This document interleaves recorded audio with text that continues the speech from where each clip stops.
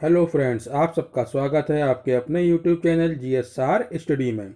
दोस्तों, इस वीडियो में हम लोग सामान्य विज्ञान का अगला पार्ट डिस्कस करेंगे, जिसमें कि रसायन विज्ञान से संबंधित प्रश्न होंगे दोस्तों। ठीक है, इसके पहले जितने भी पार्ट आए हैं उसमें फिजिक्स से संबंधित यानी भौतिक विज्ञान से संबंधित प्रश्न थे दोस्तों, जो कई बार एग्जाम में पूछे गए हैं। ठीक है, और अब जो वीडियो आएंगे सामान्य विज्ञान के, उसमें हम लोग रसायन विज्ञान से संबंधित महत्वपूर्ण प्रश्नों पर चर्चा करेंगे दोस्तों। तो अगर आपने हमारे चैनल को सब्सक्राइब ना किया हो फ्रेंड्स, तो तुरंत सब्सक्राइब कर लें, और हमारे वीडियो को अगर पसंद आए तो लाइक कीजिएगा, शेयर कीजिएगा। दोस्तों, वीडियो को अंत तक देखिएगा। चलिए चलते हैं अपने प्रश्नों की तरफ। तो पहला प्रश्न कह रहा है, रसायन विज्ञान का जनक किसे कहते हैं। दोस्तों, रसायन विज्ञान जिसे केमिस्ट्री भी कहा जाता है, उसका जनक माना गया है लेवाइसिए को। ठीक है, इसका सही आंसर है ऑप्शन नंबर 1, लेवाइसिए। इसको इंग्लिश में दोस्तों लिखते हैं LAVOISIER।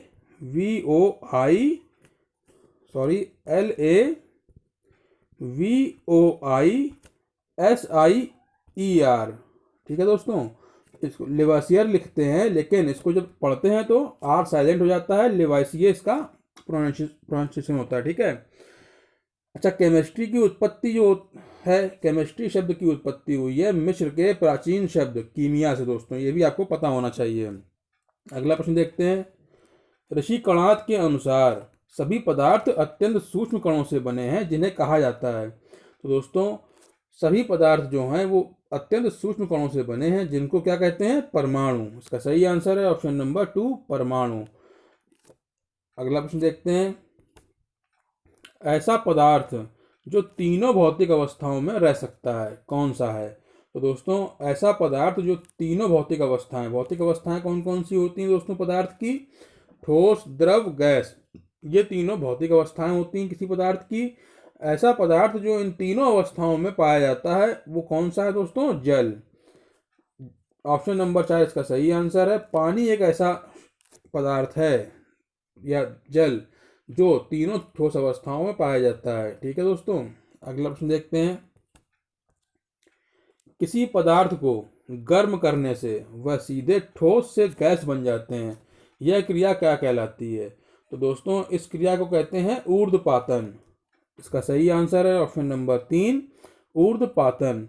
दोस्तों, ऊर्ध्वपातन की विधि द्वारा दो ऐसे ठोसों के मिश्रण को अलग किया जाता है, जिसमें से एक ठोस पदार्थ जो है वो ऊर्ध्वपातित हो और दूसरा ना हो।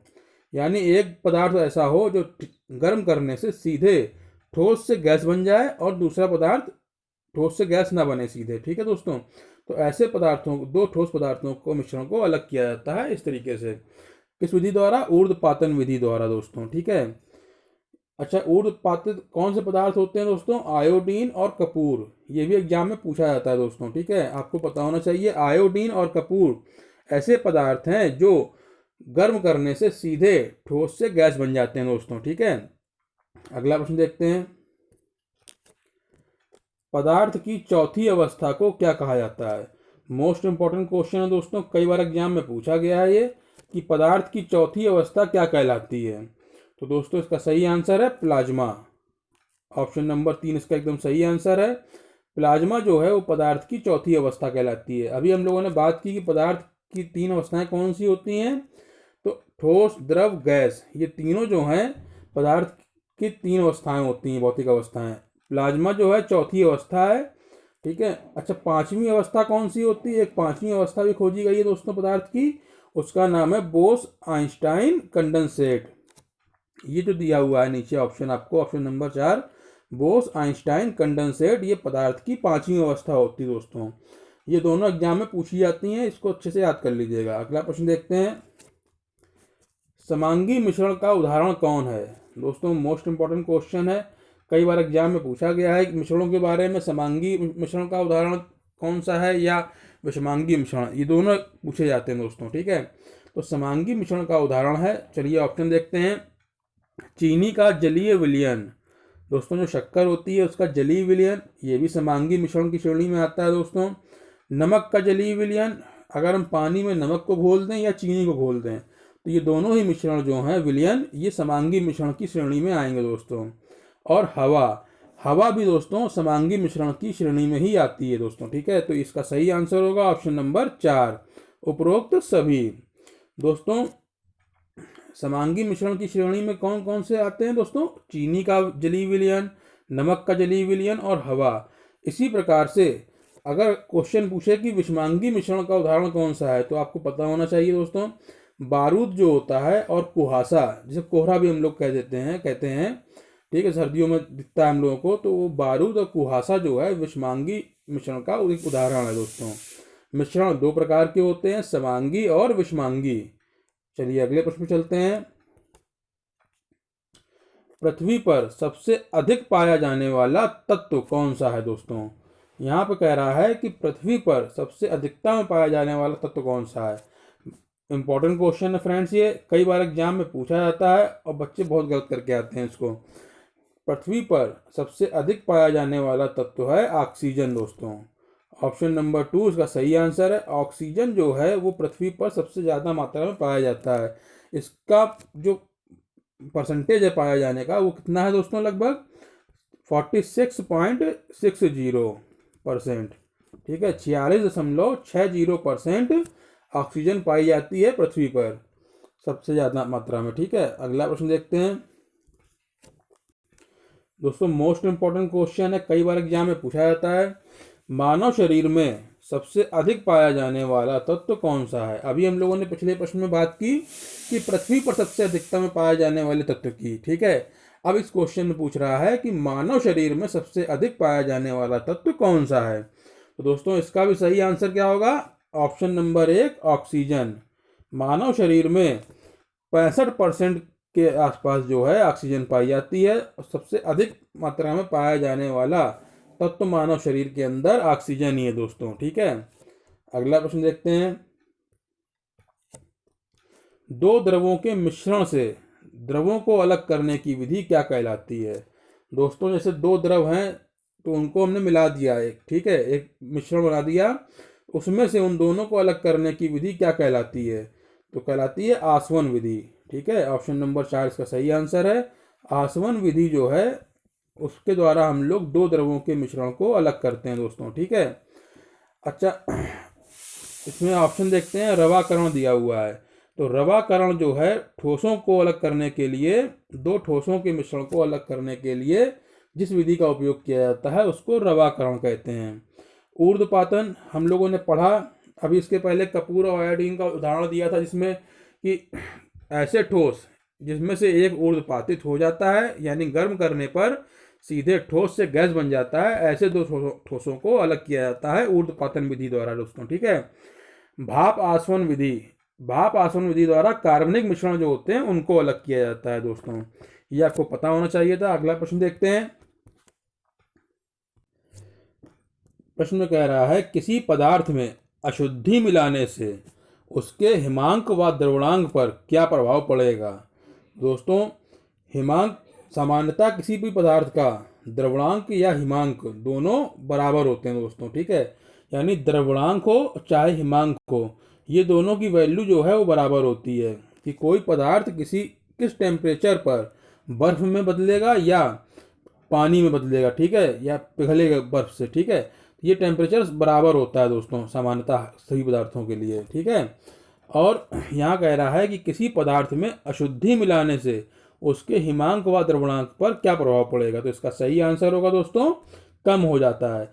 यानी किसी पदार्थ में अगर अशुद्धि मिला दी जाए तो उसका हिमांक या द्रवणांक कम हो जाता है। इसका सही आंसर है ऑप्शन नंबर 2। ठीक है, अच्छा जैसे आइसक्रीम बनाते हैं तो हम लोग नमक का यूज़ करते हैं, तो वो अशुद्धि के रूप में उसको डालते हैं जिससे कि उसका हिमांक कम हो जाता है दोस्तों। ठीक है, अगला प्रश्न देखते हैं। दाब बढ़ाने से किसी द्रव के क्वथनांक पर क्या प्रभाव पड़ता है?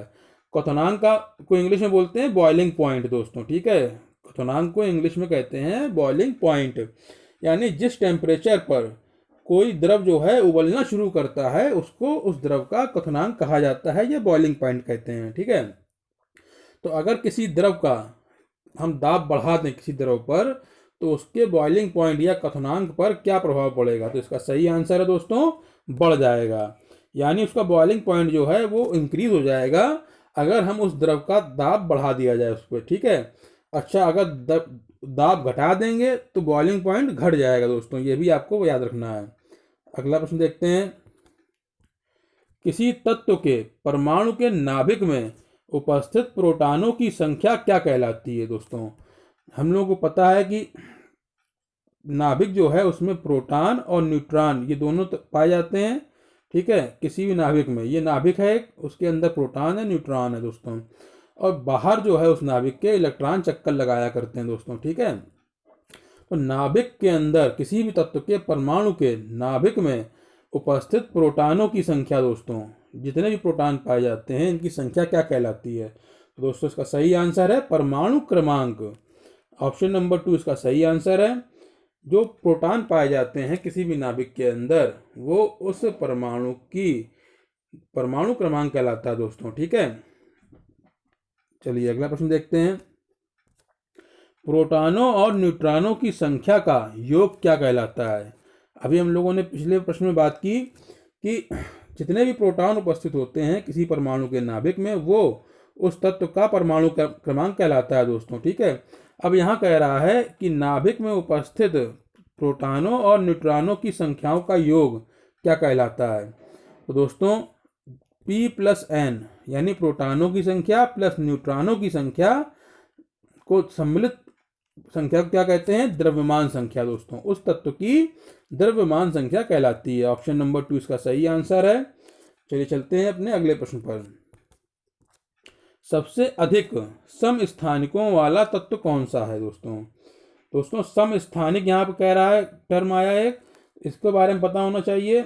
समान परमाणु क्रमांक किंतु भिन्न परमाणु द्रव्यमान वाले परमाणु को समस्थानिक कहा जाता है दोस्तों। ठीक है, यानी जिसमें ऐसे तत्व जिनमें प्रोटॉनों जिनके नाभिक में प्रोटॉनों की संख्या समान होती है, यानी परमाणु क्रमांक समान होगा। अभी हम लोगों ने पढ़ा कि प्रोटॉनों की संख्या जो नाभिक में है उसी को परमाणु क्रमांक कहते हैं। तो यहाँ पे क्या परिभाषा है समस्थानिक की, कि समान परमाणु क्रमांक किंतु भिन्न परमाणु द्रव्यमान संख्या वाले। ठीक है, अब यानी प्रोटॉनों की संख्या तो नाभिक में सबके बराबर होगी, लेकिन उसमें न्यूट्रॉनों की संख्या जो है उसमें डिफरेंस होगा।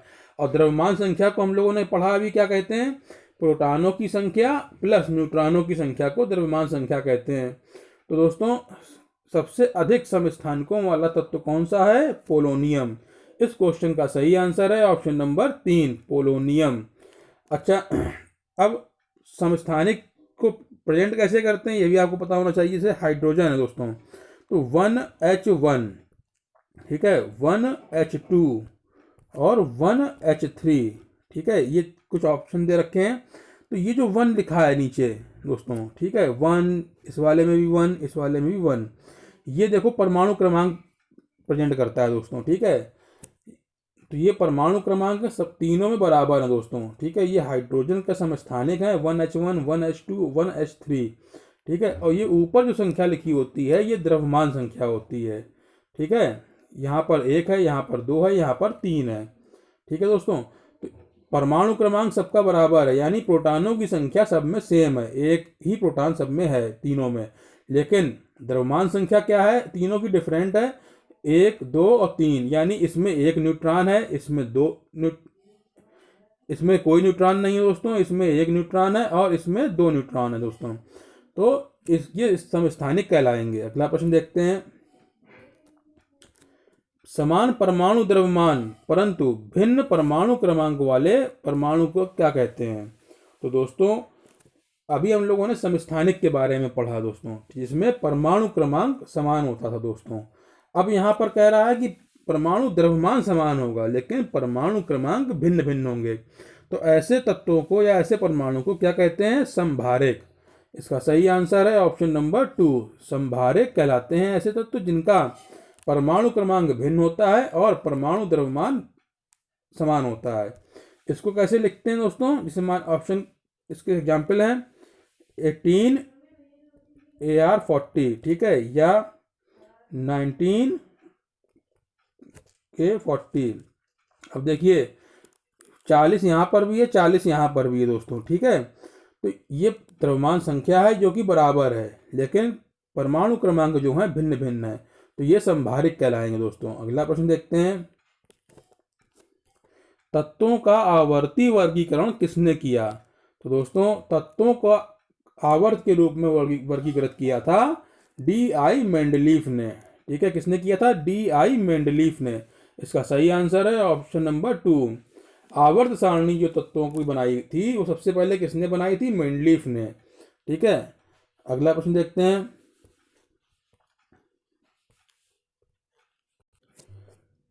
मेंडलीफ ने आवर्त सारणी में तत्वों को कितने वर्गों में रखा है? तो दोस्तों मेंडलीफ ने जो आवर्त सारणी प्रस्तुत की उसमें तत्वों को उसने 9 वर्गों तथा 7 आवर्त में विभाजित किया दोस्तों। ठीक है, इसमें 9 वर्ग तथा 7 आवर्त। इसका सही आंसर है ऑप्शन नंबर 1। ये एग्जाम में पूछा जाता है दोस्तों, मेंडलीफ की आवर्त सारणी में कितने वर्ग थे या कितने आवर्त हैं। ठीक है, तो आपका ऑप्शन होगा मेंडलीफ की आवर्त सारणी में 9 वर्ग और 7 आवर्त थे दोस्तों। ठीक है, अगला प्रश्न देखते हैं। आधुनिक आवर्त सारणी किसने बनाई या किसके नियमों पर आधारित थी दोस्तों? ठीक है, तो इसका आंसर है ऑप्शन नंबर 1, मोसले के नियम पर आधुनिक आवर्त सारणी आधारित थी दोस्तों। इसमें आवर्त की संख्या 7 थी और वर्गों की संख्या 9 थी, लेकिन वर्गों को 1 से लेकर 7 तक जो वर्ग थे उनको 2 उपवर्गों में बांटा गया था दोस्तों, ए और बी करके। ठीक है, यानी 1 से लेके 7 तक जो उपवर्ग थे उन 7 तक जो वर्ग थे उनको उपवर्गों में बांट दिया गया था, ए और बी करके। ठीक है, तो इस प्रकार से टोटल वर्गों की संख्या हुई थी 18। ये आपको पता होना चाहिए। अगला प्रश्न देखते हैं। सबसे अधिक इलेक्ट्रॉन बंधुता किसकी होती है? दोस्तों ये क्वेश्चन एग्जाम में कई बार पूछा जाता है कि सर्वाधिक इलेक्ट्रॉन बंधुता वाला तत्व कौन सा है। ठीक है, तो सर्वाधिक इलेक्ट्रॉन बंधुता वाला तत्व है क्लोरीन दोस्तों। ठीक है, क्या है? क्लोरीन। ऑप्शन नंबर 2 इसका सही आंसर है। क्लोरीन की इलेक्ट्रॉन बंधुता सर्वाधिक होती है। अगला प्रश्न देखते हैं। सबसे अधिक विद्युत ऋणात्मकता किसकी होती है? अभी हम लोगों ने बात की सबसे अधिक इलेक्ट्रॉन बंधुता किसकी होती है, तो क्लोरीन की। अब यहाँ पर क्वेश्चन पूछ रहा है कि सबसे अधिक विद्युत ऋणात्मकता किसकी होती है, तो दोस्तों फ्लोरीन की। इसका सही आंसर है ऑप्शन नंबर 1, फ्लोरीन। ठीक है फ्रेंड्स, इसी के साथ हमारा ये वीडियो यहीं समाप्त होता है। अगर आपको हमारा वीडियो अच्छा लगा हो फ्रेंड्स, हमारे द्वारा प्रोवाइड की गई इन्फॉर्मेशन अच्छी लगी हो, आपके लिए यूज़फुल हो, तो हमारे वीडियो को लाइक कीजिएगा और शेयर कीजिएगा फ्रेंड्स। और हमारे चैनल GS SAR स्टडी को सब्सक्राइब कीजिएगा फ्रेंड्स। ठीक है, मिलते हैं अपने अगले वीडियो में। Thank you friends.